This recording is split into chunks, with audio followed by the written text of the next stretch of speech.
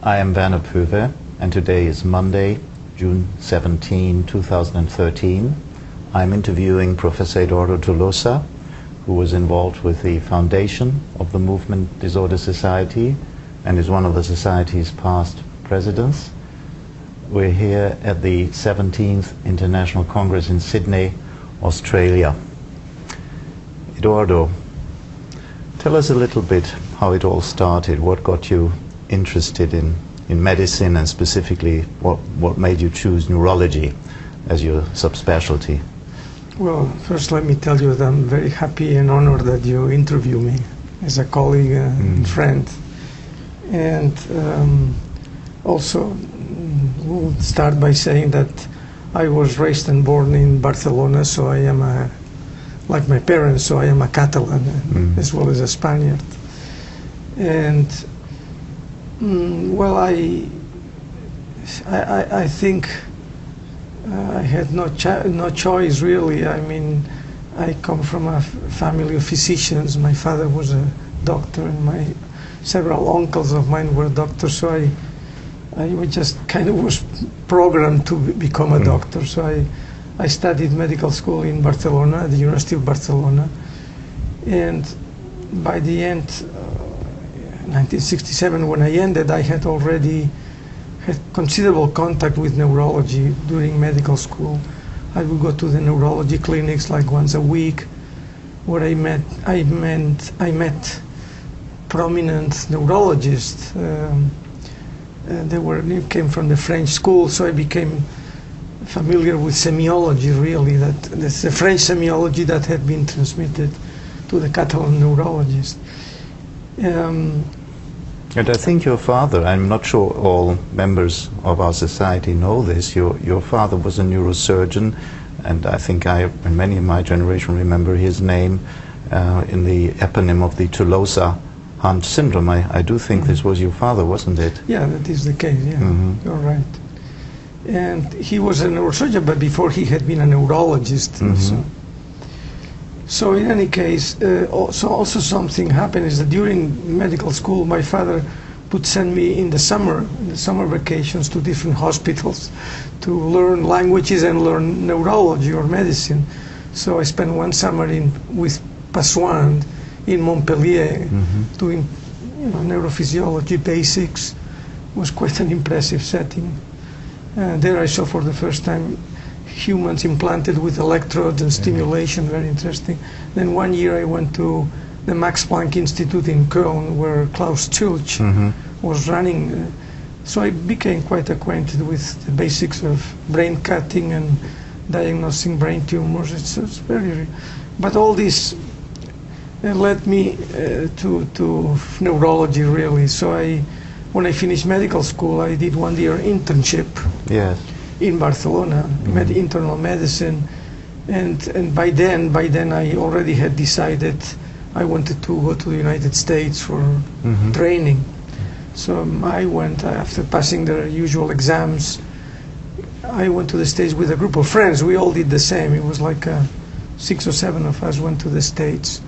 By then I had already secured a job in Hartford, Connecticut, where I did a pathology internship. I was very interested in neuropathology also. And actually my hesitation was, would I be a neuropathologist or a neurologist? So neurosurgery, like your father had chosen, or Zülch, the famous German neurosurgeon, Zülch, wasn't that much an attraction to you? Well, I don't know, that's a Freudian interpretation. I think I was offered a job for training in neurosurgery in Hartford by William Scoville, who was a very prominent neurosurgeon and a friend of the family. Somehow I said no. I was afraid of, I guess you may call it that, to compete with my father figure. I mean, I think I wanted to be something different. So I went into neurology. At that time, which I was in Hartford, Connecticut, a great hospital, Hartford, Connecticut, Hartford Hospital.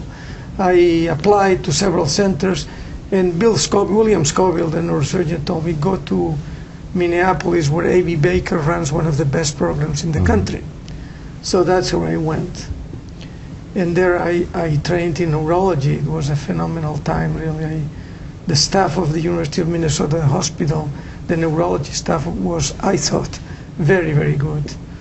And your interest then in as a neurologist in to go into movement disorders as a subspecialty, was that something that developed quite early, or no, not or really. purposefully, or was it more like who you met, who your role models were, this sort of thing? I really, through the training program, I met, like EMG with Bill Kennedy, William Kennedy, or neurophysiology with Fernando Torres, very good people.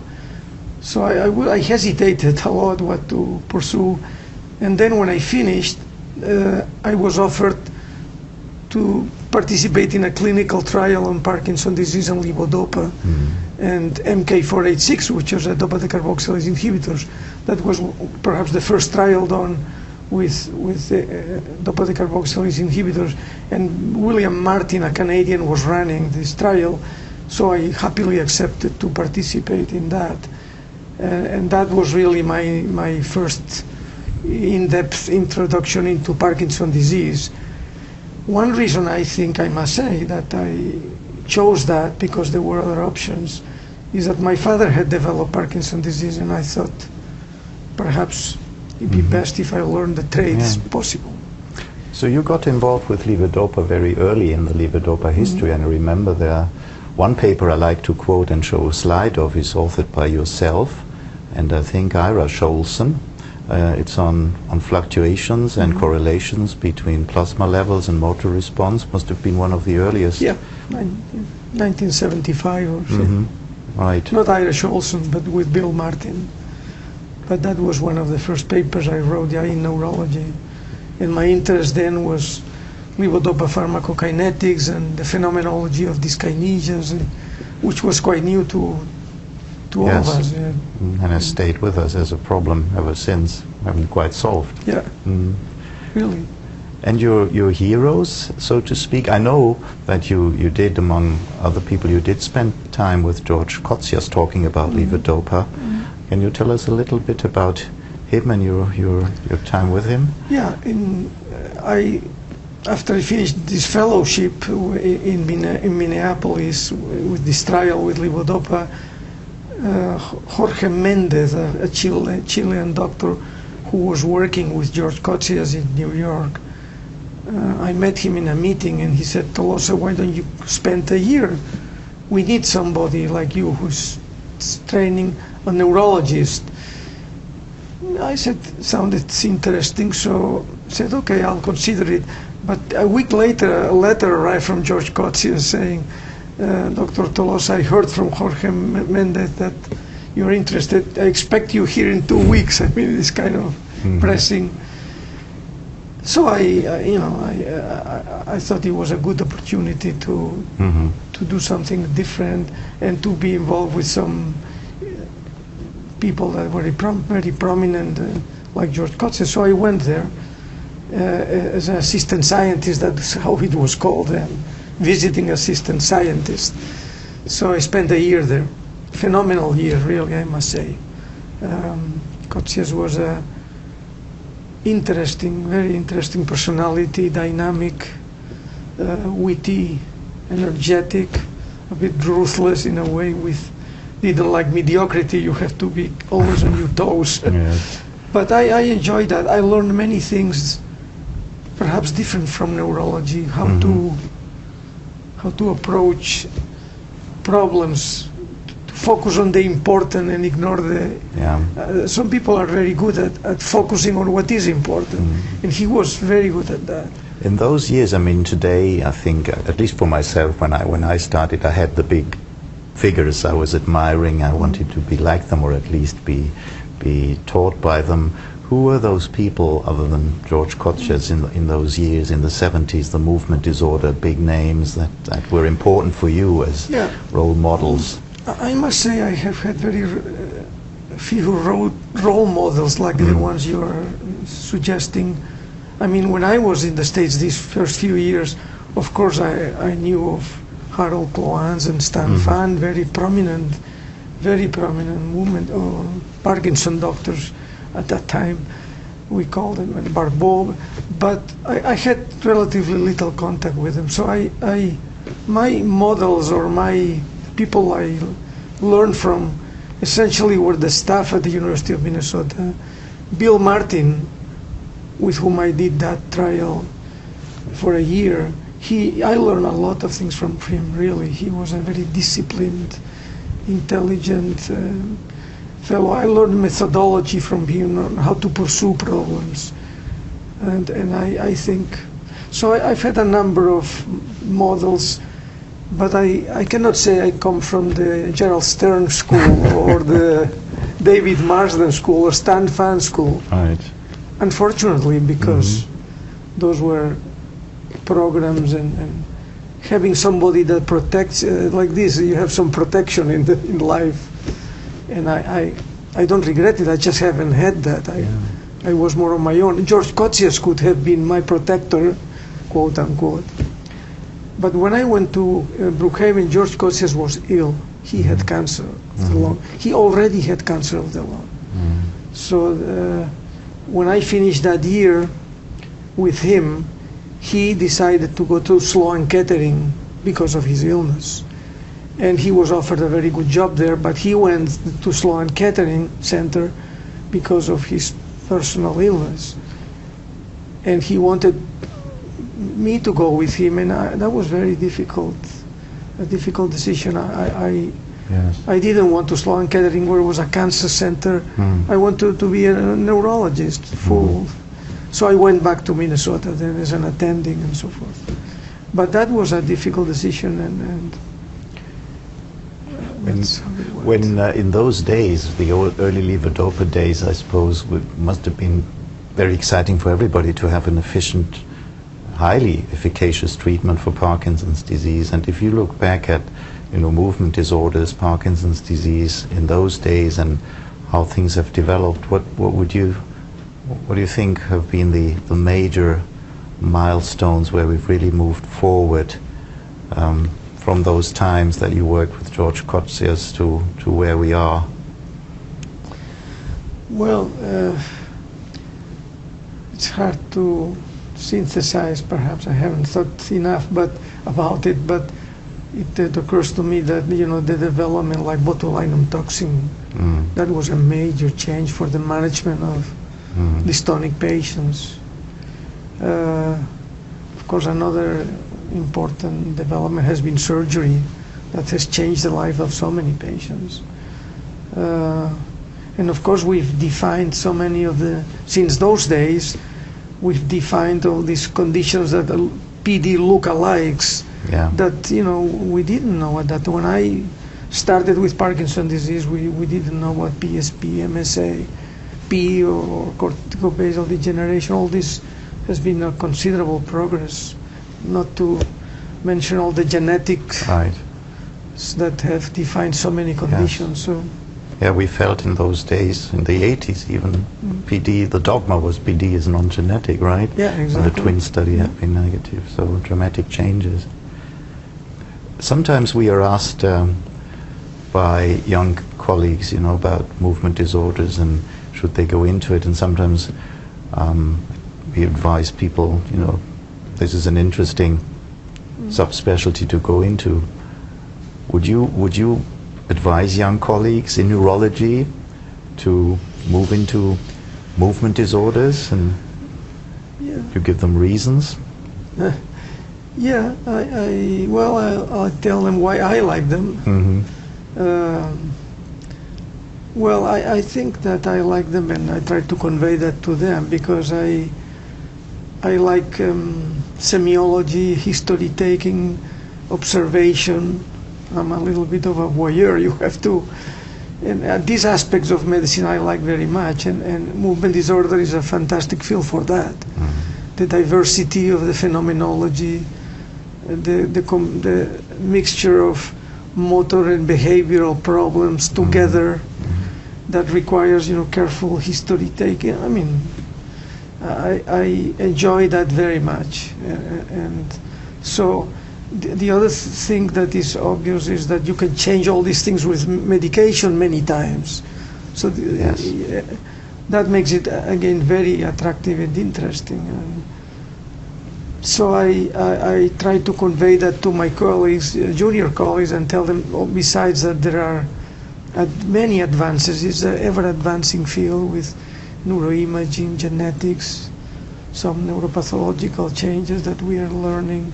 So it's presumably this may be true in many other fields, but it is the clinical part which is so appealing. Yes, to me. I of course agree. Yes, we're here at the MDS Congress, of course, and you have been one of the people and persons that were involved with the society from the very beginning. And I know there has been. I was attending the World Congress of Neurology in '85, I remember, and in Hamburg in Germany, and I was told there was some initiative ongoing that David Marston, Stan Farn had convened a number of people, and I think you were one of them, present at that famous hotel room meeting in Hamburg where they say things got started that eventually led to the formation of MDS. Could you tell us a little about that? I can tell you very little because my recollection is a bit vague. Fortunately, we have that picture from Kathy Jankovic that she came into the room and took a picture of those present. But basically, what I recall is that Stan Fan grabbed me the way, say, let's come on with me. We are going to talk about important business.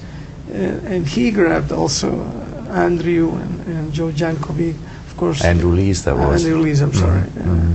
And with David Marsden, and we sat down for quite a while, talking about the necessity of having a new journal and a society, and that was, I could see that something, that was a serious moment in a way, an important moment.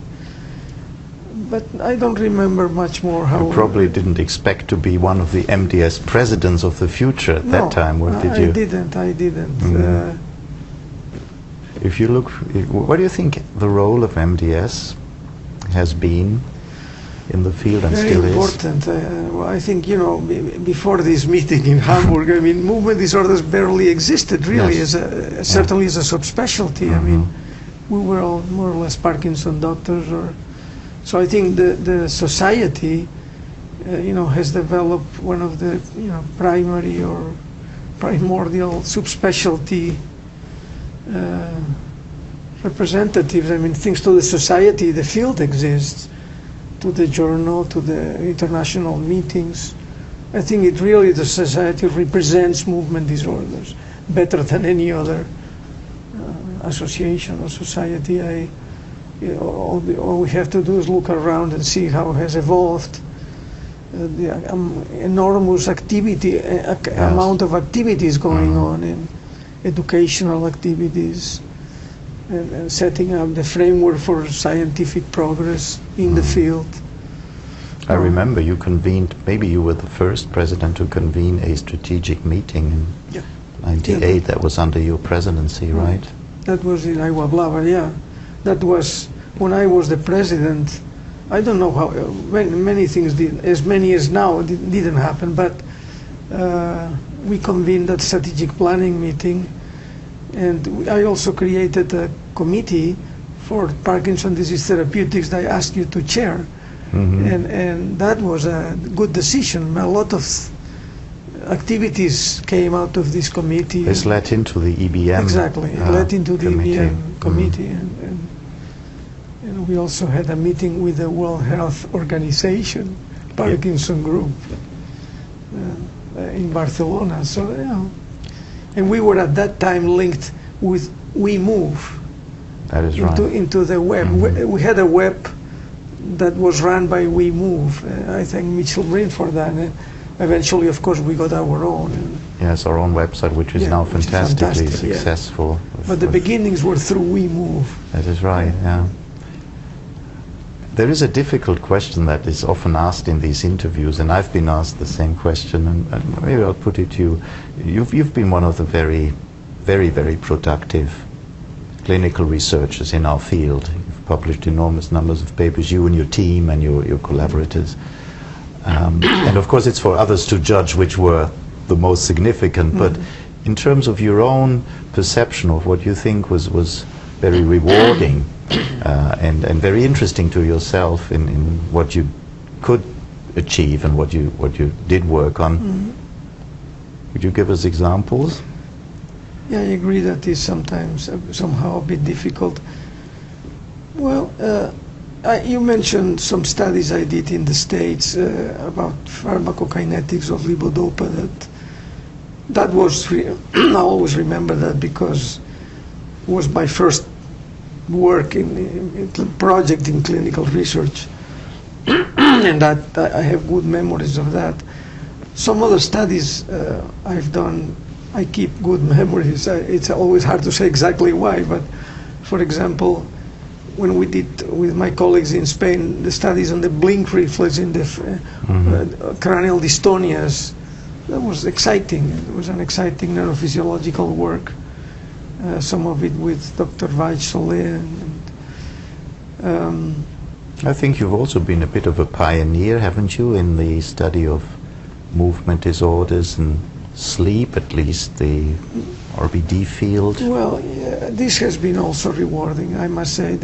Working with my colleagues in the sleep unit and defining the importance of REM behavior disorder as a premotor symptom of Parkinson's disease. This has been more in the late years, but it has been very good, and I liked very much sleep in PD also because it has linked me to Innsbruck into this SINBAR connection, Sleep Innsbruck Barcelona group. And actually it is through these studies that I have become more and more interested in premotor Parkinson disease, which I think it's a very fascinating area, which I am more and more now involved. And to finish your previous question, one paper I am not proud, but I'm satisfied with is the one we recently published on epicardial synuclein deposition in asymptomatic subjects. Of course, it remains to be seen how important this is, but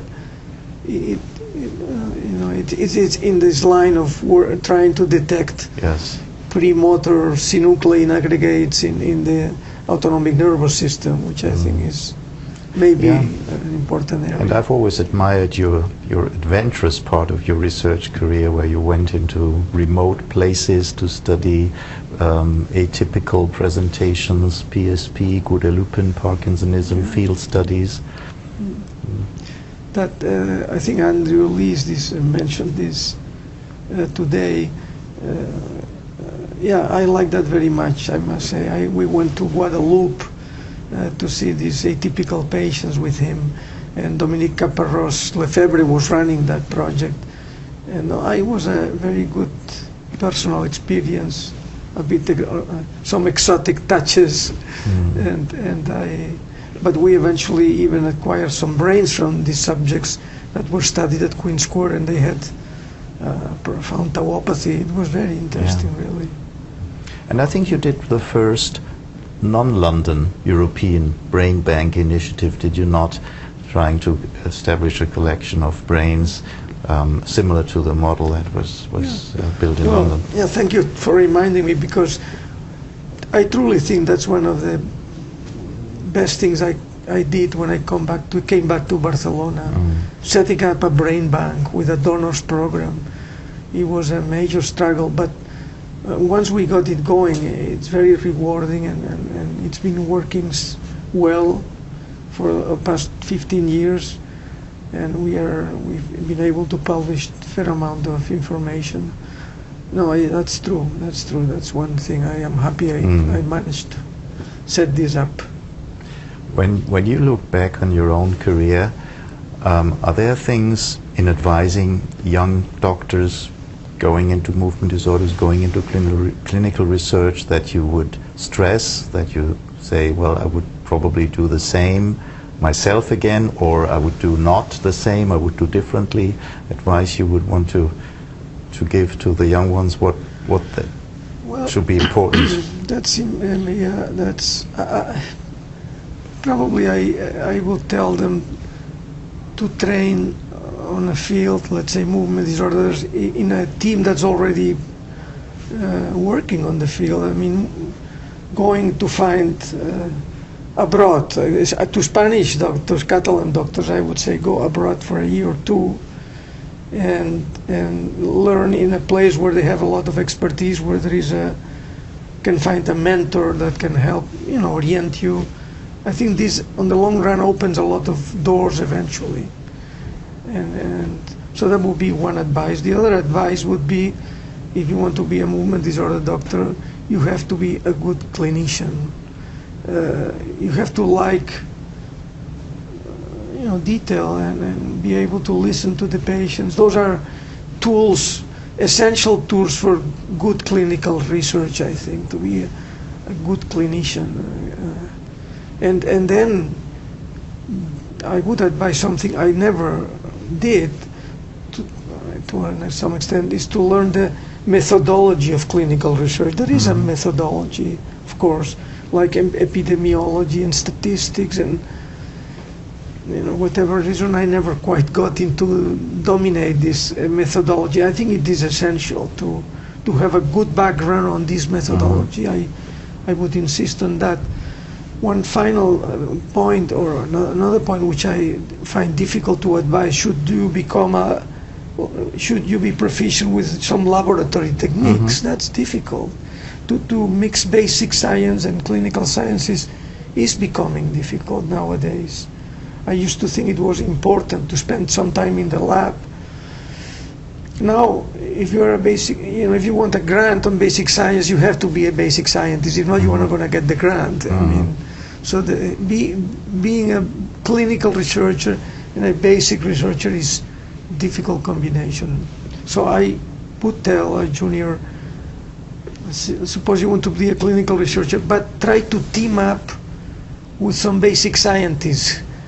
Team up with some group of basic scientists so you have a dialogue with them. Yeah, I think it is an important aspect. Certainly, it's certainly more and more difficult to combine both worlds in one career. I fully agree.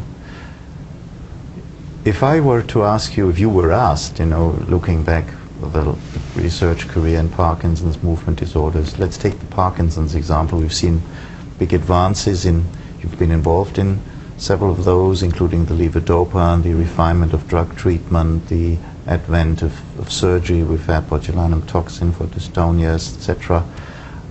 Where do you think the next breakthrough will take place, say in the field of Parkinson's disease? What would you expect or hope that would happen? Well, of course, this is looking into the future. The next interview. Yeah, to the next interview. Just to say that I think that the moment that it was discovered that if you implant fetal cells into the brain of a Parkinson patient, that these cells from a normal embryo develop synucleinopathy. We've entered a new stage where I am starting to believe really that there is progression of synuclein pathology from one system to another, maybe like Brackwitz has been suggesting. And there are a number of experimental studies now that suggest that synuclein aggregates may expand like prions from. So I am starting to believe all this basic science, that is, of course I believe it, but this may apply to the human system, and that if this is true, I really look forward to a way of perhaps interfering with this progress. I look forward, and I think I will see in the next year some strategies to stop Parkinson's disease, really, or the progression of the disease. I think this is how it may go. I'm hoping that it Yes, we all are, and that would bring us back to James Parkinson's prediction in 1817 that we would be finding something to stop the progression. I suppose, the advances in imaging and in genetics particularly will also bring important clues on to how to deal with the disease. If I may ask you something as a friend and personally, of course we've talked about neurology, your involvement in movement disorders, your role, your perceptions. What else has been important outside of neurology? What are the things that keep you going, that interest you most outside of neurology? Well, probably like most people, I've enjoyed friendship and conversation with friends, and is something that's important to me. And I try to keep going. I enjoyed reading, music, nature very much. Yes. Mm. You know, going hiking, traveling. One of the advantages of being a movement disorder doctor is it allowed me to travel a lot. This is one major advantage. Travel and meeting friends and going to places that I found wonderful. So I think I have no special hobbies. Medicine has been my major hobby. Yeah, it's a bit like for all of us, yeah. And I have to thank my wife, Pino, that has allowed me to go in depth into this hobby. Yeah. And so yeah, that's a big privilege of academic medicine, isn't it? That while we pursue our professional activities, we are able to meet up with colleagues, become friends, and network. It's certainly very rewarding. So your projection for your next 20 years, what would you like to be doing? Well, I'll try to keep working in the field of medicine for a few years, as long as I feel well, my brain is well, and you know, I will gradually retire in the next few years. And hard to say what I will do. It depends on how I feel. The usual thing my colleagues say, well, I'll learn some languages, I'll go to museums, read some books, and I probably will do what most people do at that stage. I look forward actually to that. It will be exciting, different. Well, thank you very much, Eduardo, for giving us this interview and telling our members a little bit about the past and how you got involved in the role of our society. We'll have a few more meetings and dinners at this 17th Congress. Thank you. Thank you very much.